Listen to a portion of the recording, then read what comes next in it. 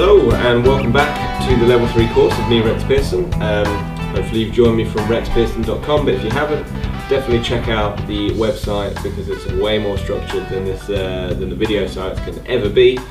And so you'll know exactly where you are in the Level 3 course. Okay, this lesson is to answer a question that I usually get around this sort of stage when people are starting to explore different styles and starting to think about different things because they've got the basic chords down, their theory is improving, and they're looking at other avenues to explore. This one is called finger picking, and we're going to look at just the basics of finger picking so that we can have the best idea of how it will affect us. You might want to go down the finger picking route if you really like the sound of it and you like artists like Tommy Emmanuel, Chet Atkins, these kind of guys, or you might like some of the pop songs that use finger picking quite a lot. So you're going to need to learn how to do it. This is, like I say, just a basic look at what it is. Sometimes it's called pattern picking instead of finger picking, mainly due to the fact that it works in patterns. You'll see what I mean in a minute when we do a little example with the right hand. But the finger picking basically means that you're using the fingers of the right hand to pick the notes, as opposed to the route that we've been using a plectrum. So we need to look at this right hand technique. You're going to need to place the plectrum down, and we're going to need to look at a couple of different things that we need to do. The first rule with finger picking: the thumb handles the bass notes of the chords that you're playing. That's the first thing you need to do. The other thing is that the other fingers that you've got free, the first, second, third and fourth fingers, are used to pluck the other notes. Now sometimes you might only need the first finger and the thumb. Sometimes you might need two. Sometimes you might need the first, second and third. And if you've got quite a big chord, you might use all four. Don't worry about using those four now, it's very rarely used, and the little finger can cause a lot of problems now, so don't bother trying to use the fourth finger for the time being. We can incorporate it later. Right, I want to give you an exercise that will develop this idea of having a thumb and then your other fingers tackling the other notes. What I want you to do is line up on a D major chord, which you should know, hopefully, if you're following the Level 3 course, and just strum with your thumb the notes of the D major chord. Now what you're going to do, because I like the sound of it, that's the only reason why you're doing it this way, take the second finger off so that you've got an open note underneath. That's the chord that I want you to be able to bring out. If you're having trouble getting that chord, more than likely it's the third finger here, doing the usual muting the strings underneath. So you might have to lift it up, make sure your hand position is correct. See the previous lessons if you're not sure how to do that. Okay, now the finger picking pattern, you're going to have to focus on your right hand. The left hand's going to stay stationary on this chord. So don't worry about the left hand, it's just going to stay rooted on this chord for now. Now the finger picking, or the pattern that we're going to do for the finger picking, is you're going to do the thumb on the D, the first finger on the next string below it, then the second, and then the third. That's going up the chord in terms of pitch. Then we're going to come back down, so you've already done the third, you're going to do second, first finger, and then thumb. So nice and slowly we're going to have thumb, first, second, third, second, first, thumb.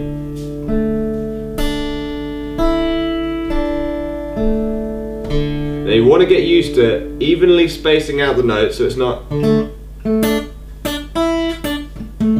or anything like that. It should be nice and even spaced, like a metronome, like a click track.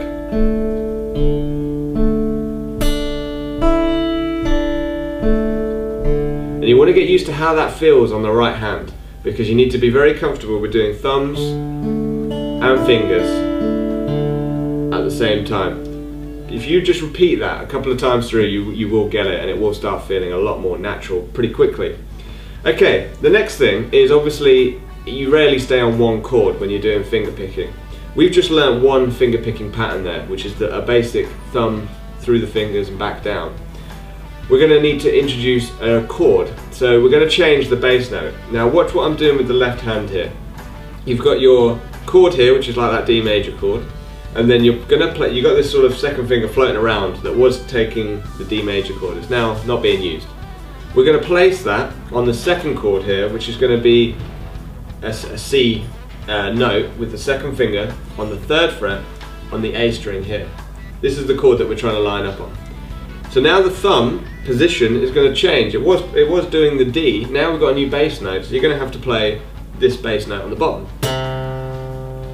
The other fingers are going to stay in the same place. 1, 2, 3. So you've got a new pattern here.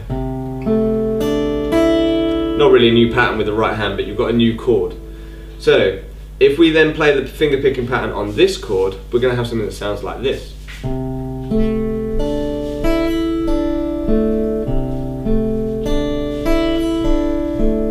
Now remember, keep it nice and even, nice and straight. Now this is where we take it one stage further, and we're going to swap between the two chords that we have, and you're going to have this quite nice sounding little chord progression that uses finger picking.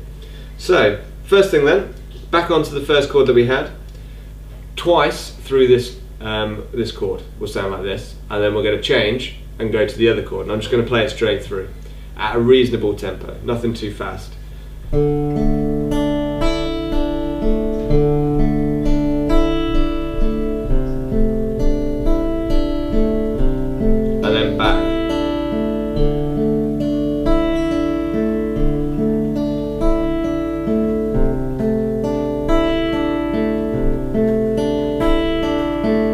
Now that is syncing up the two fingers, left and right hands, at the same time. It will take a little bit of practice because your brain is having to piece together left-handed things and right-handed things at the same time. If you spent a lot of time on chords, which you should have if you've been following my course, left hand should be taking care of itself pretty much. You should be able to get those chord changes reasonably easily if you can do the other chords. The right hand though is what your mind's going to have to be focusing on. It's going to kind of forget about what the left hand's doing. So make sure that you practice the first part, finger picking pattern, on its own until you get a really nice, clear, smooth, even right hand technique. And then try attempting to move through the chords. And I'll be really interested to see if any of you guys out there can do this. And by all means, if you've got a webcam or something, put a video response up to this this video here, or head over to the forum and you can post a link and show me, because I'd love to see how you guys are getting on with the finger picking. One little thing to note, and a lot of people comment on my style of playing because I very rarely do finger style. I still use a plectrum, but I still play finger style. So just a very quick comment on that. You'll hear a term that's called hybrid picking. That's basically where you play with a plectrum just as you normally would, but then you use the techniques of finger picking, but with these three fingers instead of the first, second and third. So instead of me playing finger picking, the pattern that we just did, I would play it with a pick, then the second, third and fourth.